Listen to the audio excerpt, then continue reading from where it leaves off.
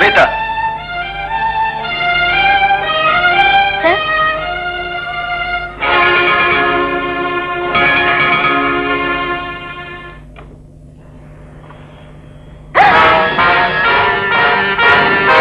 നിങ്ങൾ ആരാണ്? ഈ മുറിയിൽ എങ്ങനെ കിടന്നു? ന്യായമായ ചോദ്യം. ഞാൻ ആരാണെന്ന് തൽക്കാലം അറിയട്ടെ.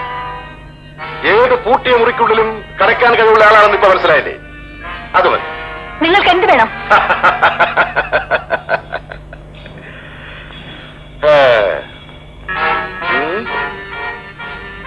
ഇതെന്താണെന്ന് അറിയാമോ? തോക്ക്.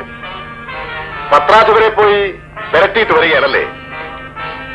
നിന്റെ ഭർത്താവിന് പറ്റിയ കുഴപ്പങ്ങളെ പറ്റി ഏതെങ്കിലും പത്രക്കാരെ അറിയിച്ചാൽ അന്ന് നിന്റെ അവസാനമായിരിക്കും. ഒരു കാര്യം കൂടി, ഇങ്ങനെ ഒരാളിവിടെ വന്ന വിവരം പുറത്തൊരു ജീവിയോട് പോലും മിണ്ടിപ്പോകരുത്. ഭർത്താവിനോട് പോലും. പൂട്ടിയിട്ട് ഈ മുറിക്കുള്ളിൽ കിടന്ന് എനിക്ക് ജയിലിനുള്ളിൽ കിടന്നും ഒരാളെ കൊല്ലാൻ കഴിയുമെന്നുള്ള കാര്യം ഓർമ്മയിരിക്കട്ടെ.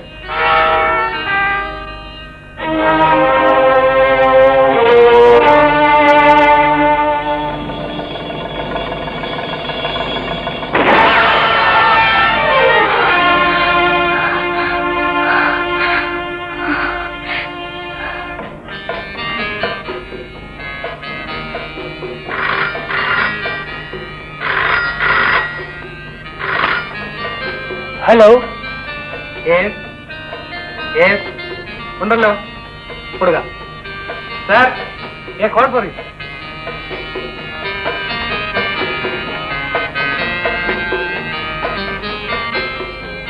Yes, Thampuran here. രാജേന്ദ്രനെ ശിക്ഷിച്ചോ? 6 മാസത്തേക്കോ? Very good. ഇനി കുറെ കാലത്തേക്ക് അവനെ കൊണ്ട് ഒരു ശല്യവും ഉണ്ടാവില്ല. ഓക്കെ.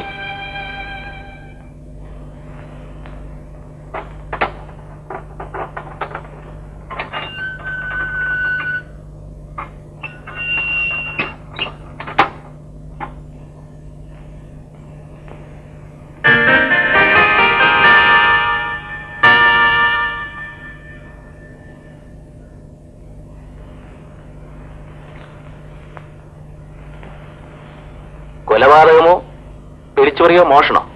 ഇതൊന്നുമല്ല. ബലാത്സംഗമായിരിക്കും. അതുമല്ല. പിന്നെ നിന്റെ അമ്മയുടെ നായരെ ചോരണമെന്നാണോടാ?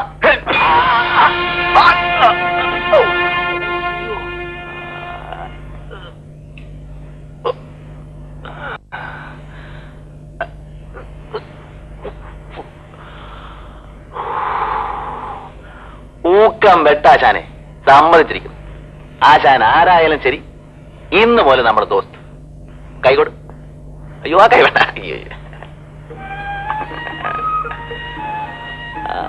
ആശ ഒരു ബീഡി വലിക്കുന്നോ? വേണ്ട. എന്നാ ശരി, ഞാൻ വലിക്കാം.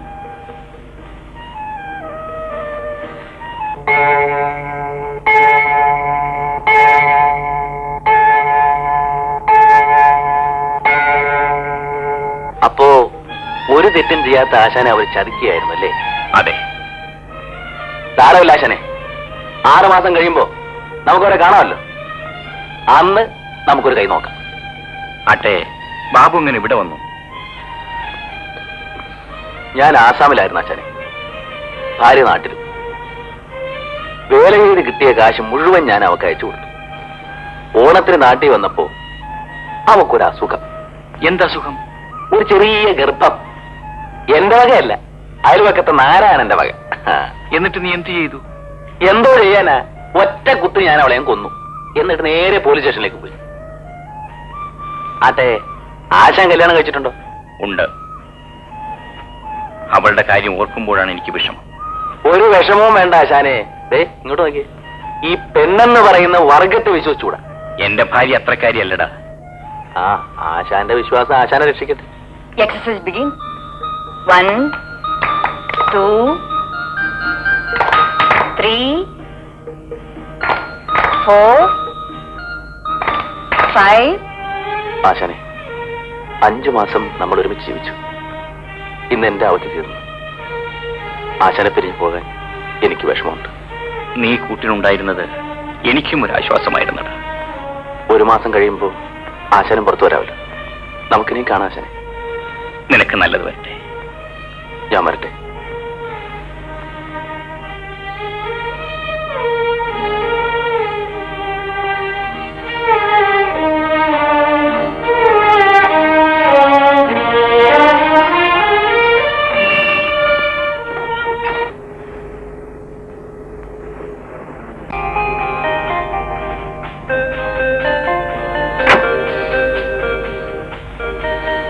നമസ്തേ. നമസ്തേ.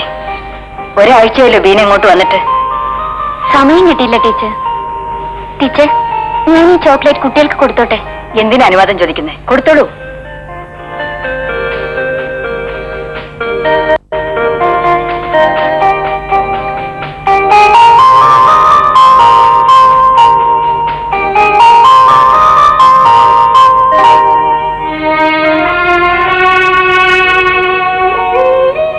എന്റെ മോളെ, നാളെ നിന്റെ ജന്മനാളാണ്.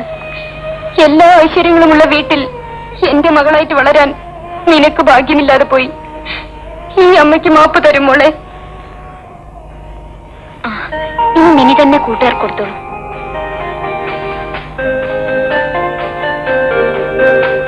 ബീനയ്ക്ക് മിനിയെ വലിയ ഇഷ്ടമാണല്ലേ? എനിക്ക് എല്ലാ കുട്ടികളെയും ഇഷ്ടമാണ് ടീച്ചർ. എല്ലാവരും മാതാപിതാക്കളുടെ ലാളനയേറ്റ് വളരേണ്ട കുഞ്ഞുങ്ങളാണ്. പക്ഷേ പെറ്റ അമ്മമാരെ പോലും തിരിച്ചറിയാതെ അനാഥരായി അവരിവിടെ കഴിയുന്നു. ടീച്ചർ, ഇതാ 1000 രൂപയുണ്ട്. ഇത് മേറ്റനെ ഏൽപ്പിക്കണം. ഇതെന്തിനാ പിന്നെ? നാളെ ഈ കുഞ്ഞുങ്ങൾക്കെല്ലാം ഒരു സദ്യ കൊടുക്കണം. സൗകര്യപ്പെട്ടാൽ എല്ലാവരും കൂടി കാഴ്ച ബംഗ്ലാവിൽ കൊണ്ടുപോകണം. നാളെ എന്താ വിശേഷം? നാളെ ഒന്നുമില്ല. നാളെ അവരൊന്ന് സന്തോഷിക്കട്ടെ എന്ന് കരുതി. ബീനെ, നിങ്ങളെപ്പോലുള്ളവരുടെ നല്ല മനസ്സാണ് അനാഥരായ കുഞ്ഞുങ്ങൾക്ക് തണൽ. ഞാൻ മേട്ടനോട് പറഞ്ഞ് എല്ലാ ഏർപ്പാടുകളും ചെയ്യാം.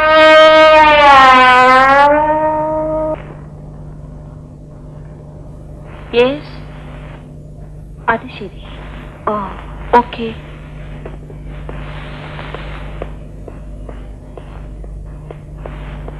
ജാഫറാ വിളിച്ചത്.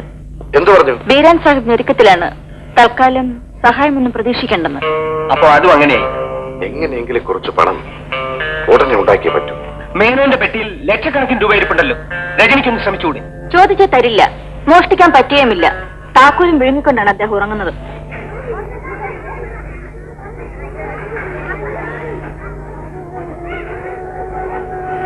ഇങ്ങനെ ഒരാളുണ്ടോ? അതെന്താ ചേച്ചി അങ്ങനെ ചോദിച്ചത്? അദ്ദേഹം ജയിലിലാണെന്ന് ചന്ദ്രൻ അറിയാമല്ലോ.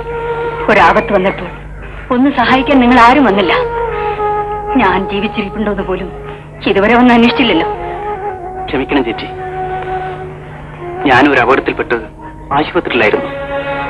ഇല്ലെങ്കിൽ ഇതൊന്നും സംഭവിക്കില്ലായിരുന്നു. അയ്യോ, അത് ഞാൻ അറിഞ്ഞില്ല. ഏതായാലും കഴിഞ്ഞു. ഒരു സന്തോഷ വാർത്ത ചേച്ചി അറിയിക്കാനാണ് ഞാൻ വന്നത്. എന്താണ്? രാജേട്ടൻ നാളെ ജയിലിൽ നിന്ന് ഇറങ്ങും. ഞാൻ അദ്ദേഹത്തെ കൂട്ടിക്കൊണ്ട് വീട്ടിൽ വരും. വെല്ലടിച്ചു. ഞാൻ വരട്ടെ. ശരി, നമുക്ക് നാളെ കാണാം.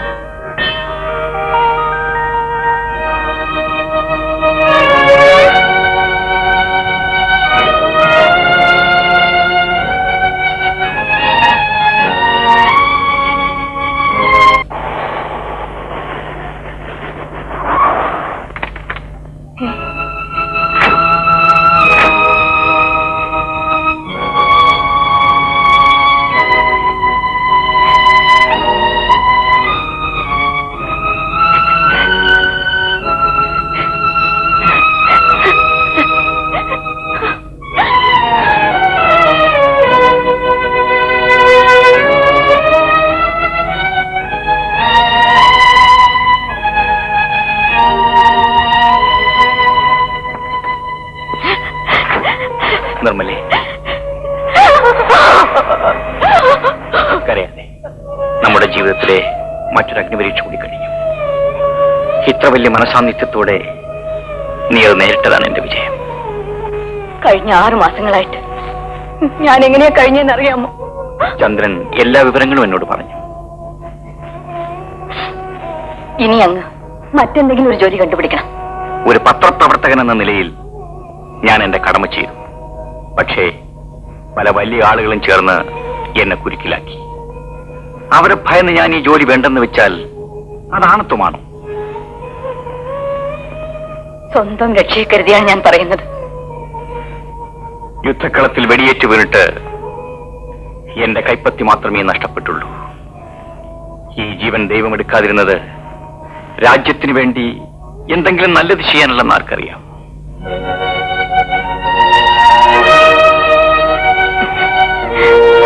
ഈ ചിരിയാണ് എന്റെ ഏറ്റവും വലിയ സ്വത്ത്. ഇത് മായാതിരുന്നാൽ ഞാൻ ഒരിക്കലും തോക്കില്ല.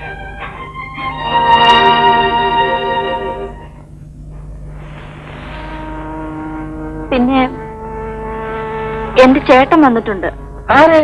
മാസുവല്ലോ? എവിടെ? ഇവിടെ വന്നിട്ടില്ല, ഈ നാട്ടിലെവിടെയോ ഉണ്ട്. നീ എങ്ങനെ പറഞ്ഞു? എനിക്കൊരു കത്ത് വന്നു. ചേട്ടൻ പണം തട്ടിയെടുത്തോണ്ട് കടന്നു കളഞ്ഞു എന്ന് പറയുന്നത് നുണയാണ്. ആരോ ചതിച്ചതാ. ഓഹോ, പാവം. സത്യം പറഞ്ഞാൽ ഇപ്പൊ കയ്യിൽ കാശൊന്നും ഇല്ലാതെ കിടന്ന് വിഷമിക്കാണ്. നേരോ? ആ, ഒന്നുമില്ലെങ്കിലും അവനെന്റെ അളിയനല്ലേ. രജനി, നീ ഒരു കാര്യം ചെയ്യ്. ആരുടെയും കണ്ണിപ്പെടാതെ അവൻ ഇവിടെ വരാൻ നീ ഒരു എഴുത്ത്. ഇവിടെ വരാനോ? അത് തന്നെ. അവനെ പിടിച്ച് പോലീസിൽ ഏൽപ്പിച്ചാൽ 50,000 രൂപ കിട്ടും.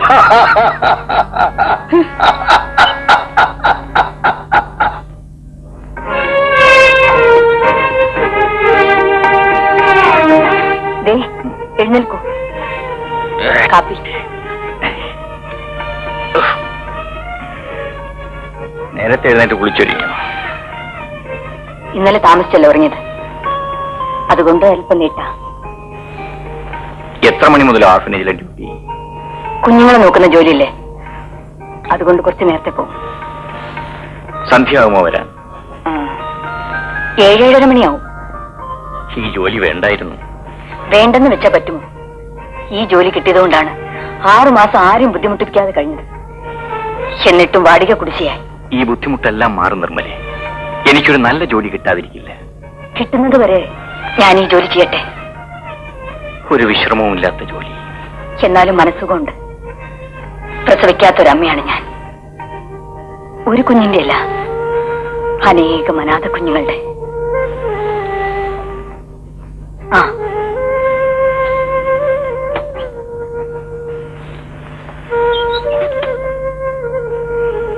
ഇതാ. ഇതെന്താ? ഒരു പുതിയ ടേപ്പ് റെക്കോർഡറും ക്യാമറയും.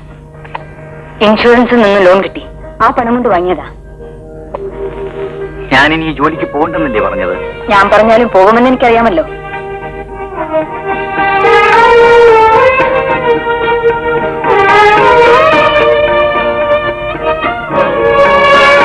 ഇത്ര ഔചിത്യത്തോട് തന്ന ഈ സമ്മാനത്തിന് ഒരു പ്രതിസമ്മാനം വേണ്ടേ?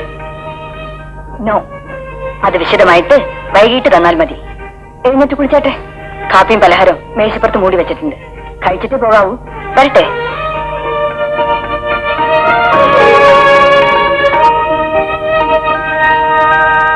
ഈ പദ്ധതി ശരിക്കും നടപ്പിലാക്കിയാൽ മേനോന്റെ പെട്ടിയിലിരിക്കുന്ന പണം അയാൾ തന്നെ എടുത്ത് കൈ തരും. എന്തെങ്കിലും സംശയം തോന്നുക കേട്ടാ? സംശയം തോന്നാത്ത എന്ത് ചെയ്യണം? പക്ഷേ അതിന് പറ്റിയ ഒരാളെ കണ്ടുപിടിക്കണം. അവൻ വിശ്വസ്തനല്ലെങ്കിൽ എല്ലാം കുഴപ്പത്തിലാവും. തമ്പുരാനെ, ഭയപ്പെട്ടാൽ ഒന്നും നടക്കില്ല. ചവിട്ടി കയറിയവനെ ഉയരത്തിലെത്തിയിട്ടുള്ളൂ. സംഗതിയൊക്കെ ശരിയാ, പക്ഷേ പൂച്ചയുടെ കഴുത്തിൽ 6 മണി കെട്ടും. പറ്റിയ ഒരാളെ കണ്ടുപിടിക്കാമെന്ന് ഞാനും നോക്കട്ടെ.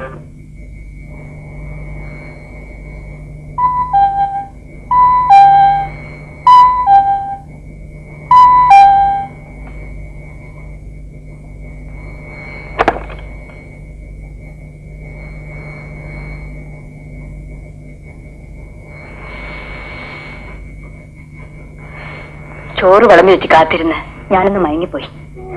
എനിക്കൊന്നും വേണമെന്നില്ല. ശകലം വല്ലതും കഴിച്ചിട്ട് കിടക്കാം. നീ വല്ലതും കഴിച്ചു? വന്നിട്ട് കഴിക്കാമെന്ന് കരുതി. 6 മാസം ഒറ്റയ്ക്ക് ആഹാരം കഴിച്ചു. ഇനി വയ്യ. 6 മാസം 6 വർഷം പോലെയാണ് ഞാൻ ജയിലിൽ കഴിച്ചത്. വേർപാടിന്റെ വേദന എന്താണെന്ന് അന്നാണ് ഞാൻ അറിഞ്ഞത്. എന്താ എത്ര താമസിച്ചത്? ഉദ്യോഗം തിരക്കി പല സ്ഥലത്തും പോയി. എന്നിട്ടെന്തായി? ഞാൻ ജയിലിൽ പോയി വന്നതുകൊണ്ട് ചിലർക്കൊക്കെ ഒരതൃപ്തി.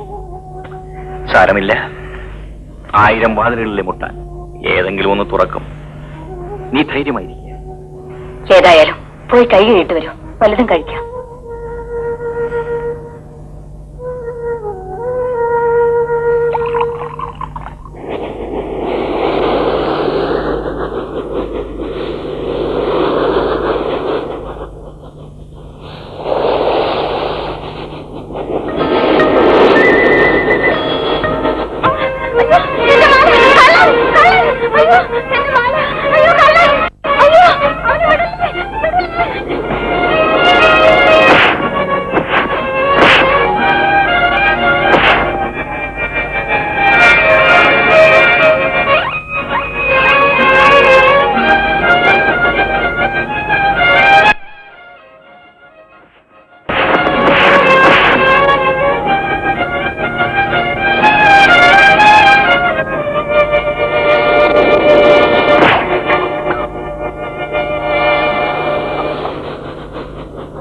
ആശാനെ ഇത് ഞാനാ ബാബു.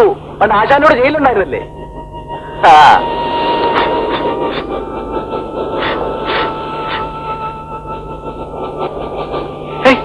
ബാബു, അതെ ആശാനെ.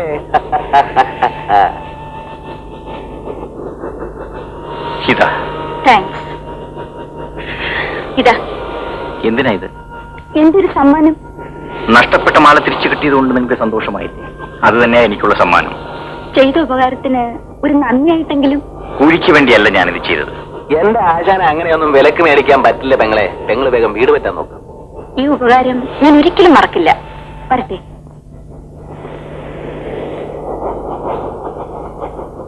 ഏതാടാ സ്ത്രീ? ആർക്കറിയാം? നീ എങ്ങനെ ഇവിടെ വന്നു? അത് തന്നെയാ ഞാനും ആലോചിക്കുന്നു. സത്യത്തിൽ ഇപ്പൊ ഇവിടെ വരേണ്ട ഒരു കാര്യവും എനിക്കില്ല. ആശാൻ ഇവിടെ ഉള്ളതുകൊണ്ട് ഈശ്വരൻ എന്നെ ഇങ്ങോട്ട് എത്തിച്ചായിരിക്കും. വാ, നമുക്ക് വീട്ടിലേക്ക് പോകാം.